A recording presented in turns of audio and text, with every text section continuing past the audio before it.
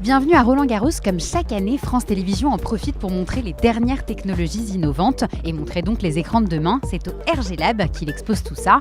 Bref, on va voir à quoi ça ressemble. Suivez-nous.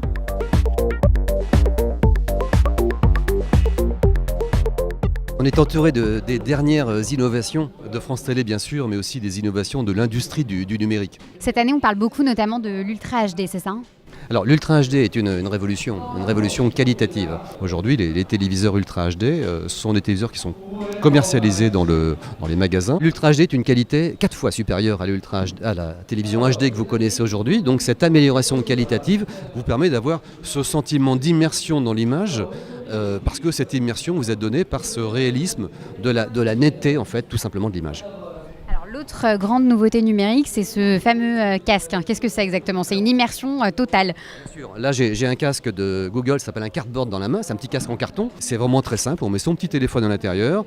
On a lancé pour cette occasion 2 applications. Une application qui est présente sur le store d'Apple ou présente sur le store d'Android, sur lesquels vous pouvez directement regarder en 360 degrés et en direct surtout ces émissions produites pendant cette quinzaine ici à Roland-Garros. Et en mettant ce casque-là, d'avoir cette immersion cette sensation d'immersion et de réalisme grâce à ces images et à ces toutes nouvelles caméras. Daniel, on est dans une expérience totalement 360, on a vraiment l'impression d'y être.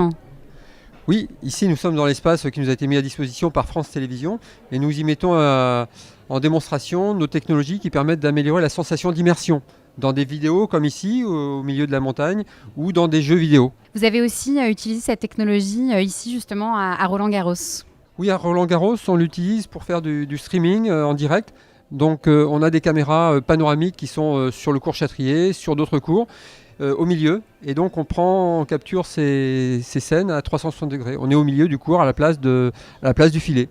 Emmanuel Mojo, ça permet d'analyser le moindre détail d'un match. Par exemple, on peut enlever le fameux grattage de pied de Rafael Nadal qui nous insupporte tous.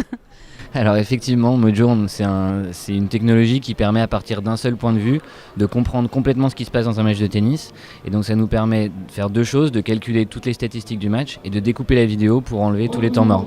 Donc là par exemple, il dure 2h20, c'est un match qui était à Roland-Garros. Si on enlève tous les temps morts, il ne reste plus que 32 minutes. Et l'expérience du coup de revoir un match devient beaucoup plus intéressante parce que comme on sait quand est-ce qu'un point commence et termine, on va pouvoir passer de point en point.